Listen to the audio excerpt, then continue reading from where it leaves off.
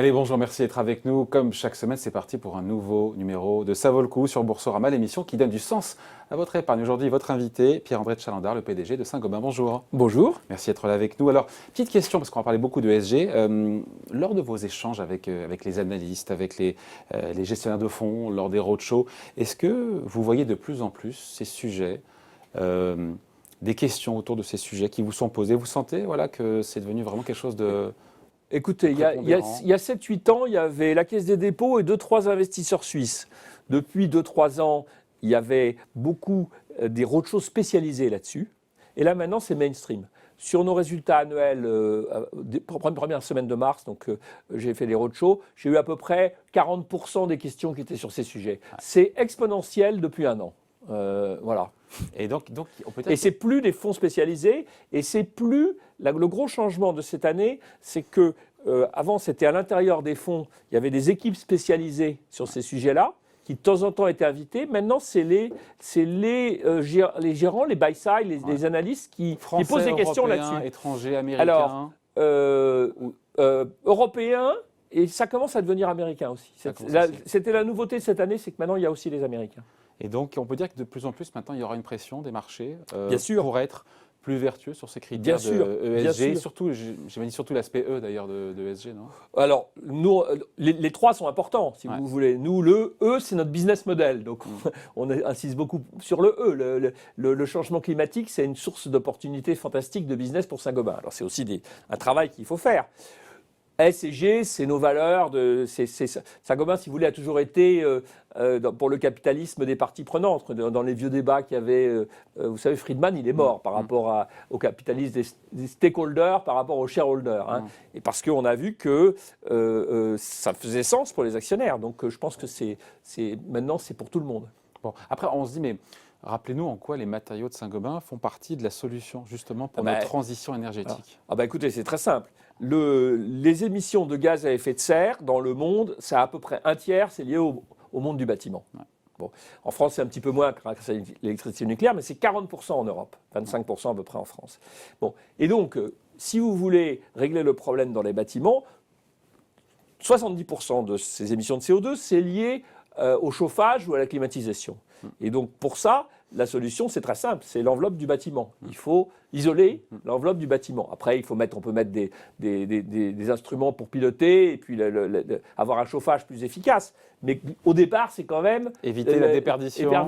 Et donc ça, c'est les matériaux de Saint-Gobain. Si vous voulez, la laine de verre, en général avec de la plaque de plâtre, les vitrages isolants, tout ça. Donc c'est notre cœur de métier. Oui, mais pour fabriquer, Pierre-André de Chalandard, ces matériaux, il y a une empreinte carbone qui Alors est liée à la fabrication. Ben voilà, il voit venir. Et exactement, c'est que Saint-Gobain, on est des deux côtés. Alors, il faut quand même avoir l'ordre de grandeur, si vous voulez. Les matériaux qu'on met sur le marché une année donnée, pendant leur durée de vie, ils vont permettre d'économiser entre 100 et 150 fois le CO2 qu'il a fallu pour les émettre. Mais ça n'empêche que, donc vous voyez, ça veut dire que Saint-Gobain est une importante solution fantastique. Dans la durée. Ouais. Mais pour les émettre, on émet pas mal de CO2. Et donc, il faut qu'on travaille sur notre empreinte carbone. Et là, j'avais pris, il y a déjà maintenant plus de 5 ans, au moment de la COP21, des engagements pour Saint-Gobain de réduire significativement à horizon 2025. Et là, il y a 2 ans, on a dit qu'on serait net zéro carbone en 2050. Et pour que par rapport aux objectifs de 2025, on en est où? Parce que 2050, les objectifs de 2025, on est en ligne. Ouais. On est exactement sur la trajectoire. À savoir, on m'a dit, 2025 on devait faire moins 20% d'ici entre 2010 et 2025. Et on est à moins 12 à peu près. Donc, si vous voulez, on est exactement en ligne.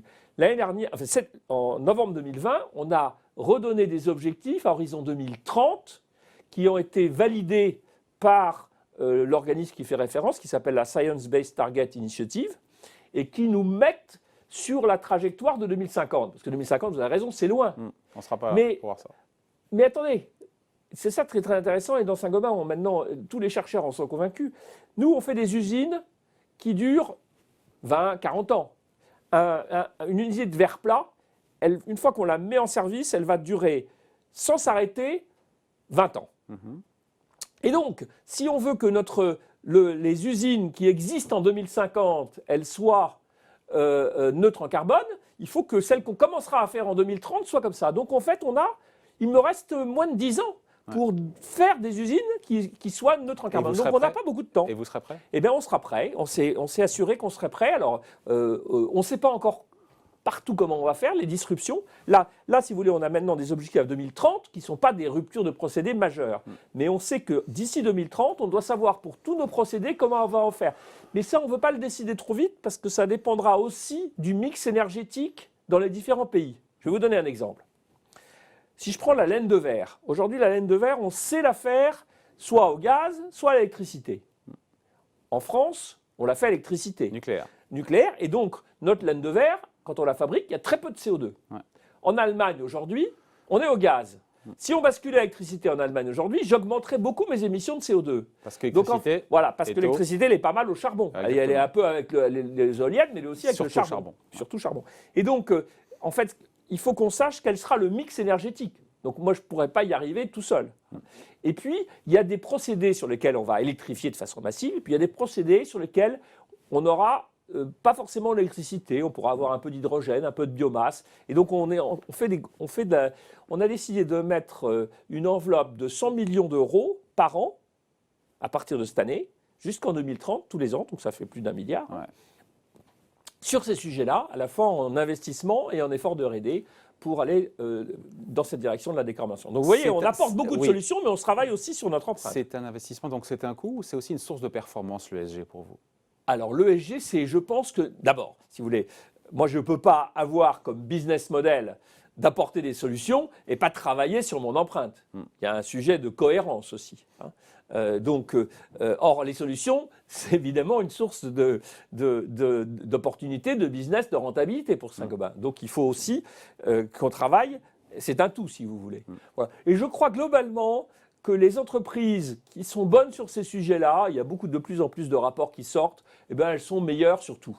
Hein, et puis de toute façon, je vais vous dire une chose, c'est que si on n'est pas bon sur ces sujets-là, dans 10 ans, on n'aura plus d'actionnaires.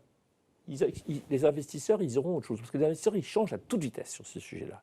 Et donc la finance, on décrit beaucoup la finance souvent, mais la finance, elle joue un rôle, la finance durable, elle va jouer un rôle considérable sur les progrès de la planète. Au quotidien, vous, Pierre-André de Chalandard, en tant que PDG, vous êtes plutôt plus exigeant sur le E, le S ou le G, ou les trois en général?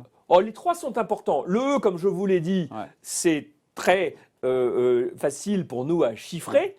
Je vous ai parlé des solutions, et on mesure le bénéfice de nos solutions, mais on mesure aussi nos impacts. Donc on a toute une série de critères. Je vous ai parlé du CO2, mais c'est très lié à l'économie circulaire aussi. Donc on calcule le nombre, par exemple, on a un indicateur intéressant qui est le nombre de tonnes de matériaux vierges qu'on n'utilise pas parce qu'on fait plus de recyclage. Et ça, il faut le monter tous les ans. Parce que si j'utilise du verre recyclé au lieu de mettre du sable et du carbonate de soude, je vais, quand je produis de nouveau du verre, émettre beaucoup moins de CO2. Donc c'est très vertueux, si vous voulez. Et nos matériaux, ils se recyclent à l'infini. Donc on augmente tous les ans la quantité de matériaux recyclés. Et donc là, on a un indicateur là-dessus. On a un indicateur sur l'eau qu'on utilise, sur les déchets. Donc si vous voulez, l'économie circulaire, le E, tout ça, c'est très important. Et on sait le mesurer. Après, le S, j'allais dire ça vient de nos valeurs. Et on améliore constamment. L'année dernière, on a mis en place un programme qui s'appelle CARE, qui est que pour tous les salariés, toutes les familles des salariés de Saint-Gobain, partout dans le monde, il va y avoir des garanties minimales de prévoyance, sur un certain nombre de sujets de santé. Donc ça, je veux dire, le S, il fait partie. Le S, c'est aussi plus de diversité.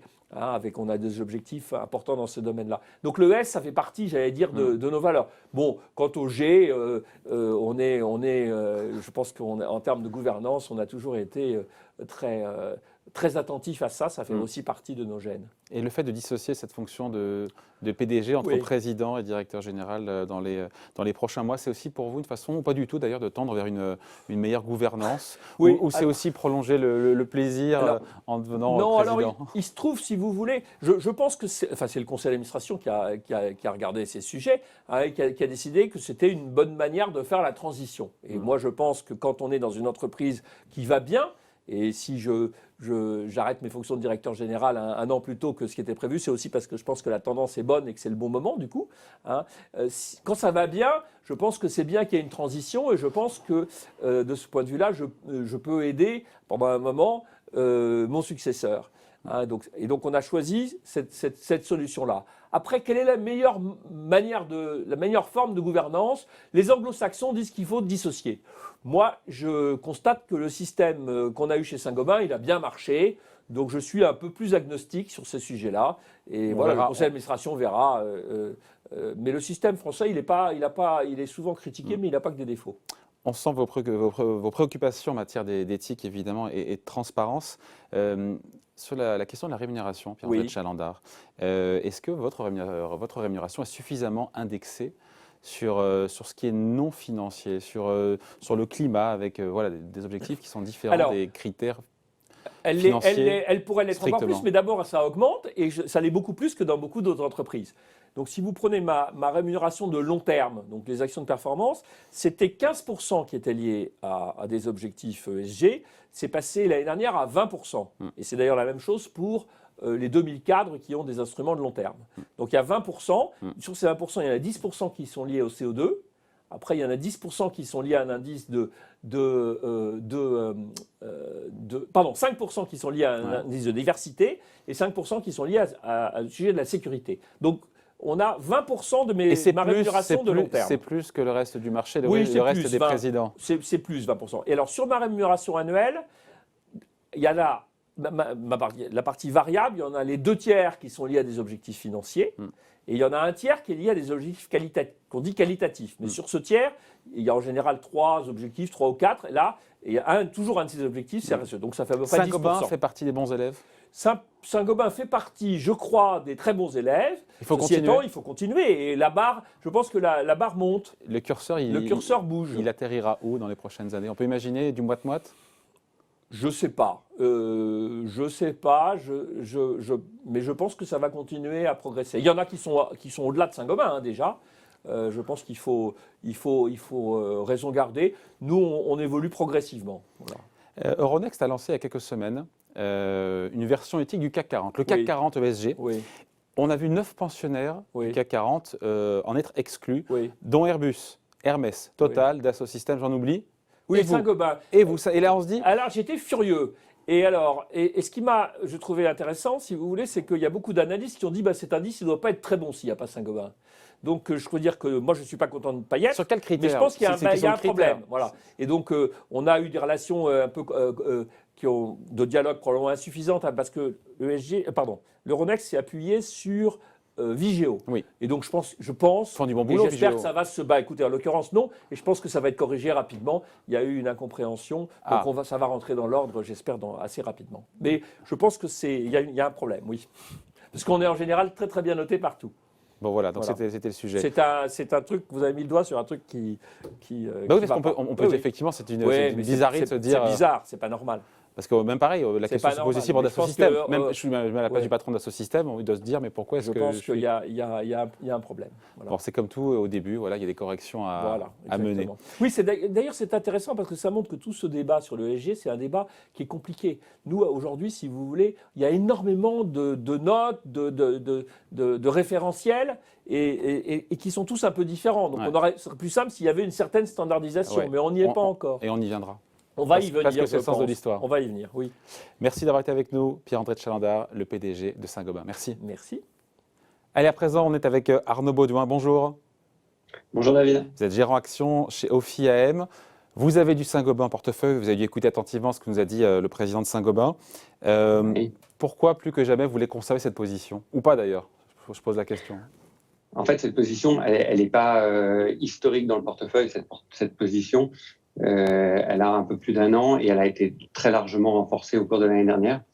Il y a 2 choses qui nous intéressent dans ce portefeuille. C'est à la fois la qualité financière et la qualité extra-financière. Et la qualité extra-financière, elle tourne autour de l'ESG, bien entendu, mais également autour du changement climatique. La performance, la contribution de chacun des groupes à la transition énergétique. Et à ce titre-là, on a une présence que M. Chalandard a très très bien expliquée, une stratégie qu'il a bien expliquée, Et également, sur le point financier, on a des performances qui se sont sensiblement améliorées au cours des derniers trimestres. D'où l'intérêt pour nous d'être présent sur ce titre, qui reste encore aujourd'hui un titre finalement peu cher par rapport à l'univers des sociétés les plus emblématiques de la transition énergétique.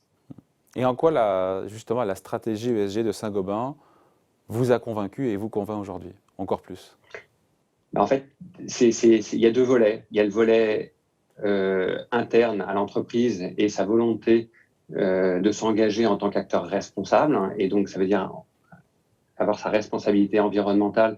Et M. Challander a très bien expliqué avec l'engagement vers la neutralité 2050 et c'est le passage par 2030 et des objectifs qui ont été validés par la SBTI. On est très attaché à cet élément-là parce que c'est pour nous, au travers du foisonnement d'indicateurs et de toutes les ambitions que peuvent avoir les entreprises, un moyen d'avoir une certaine validation scientifique de ces objectifs. Et le deuxième point, c'est évidemment les produits qui contribuent à aider tous les clients de Saint-Gobain à réaliser cette transition énergétique. Donc ça vaut le coup d'en avoir en portefeuille du Saint-Gobain?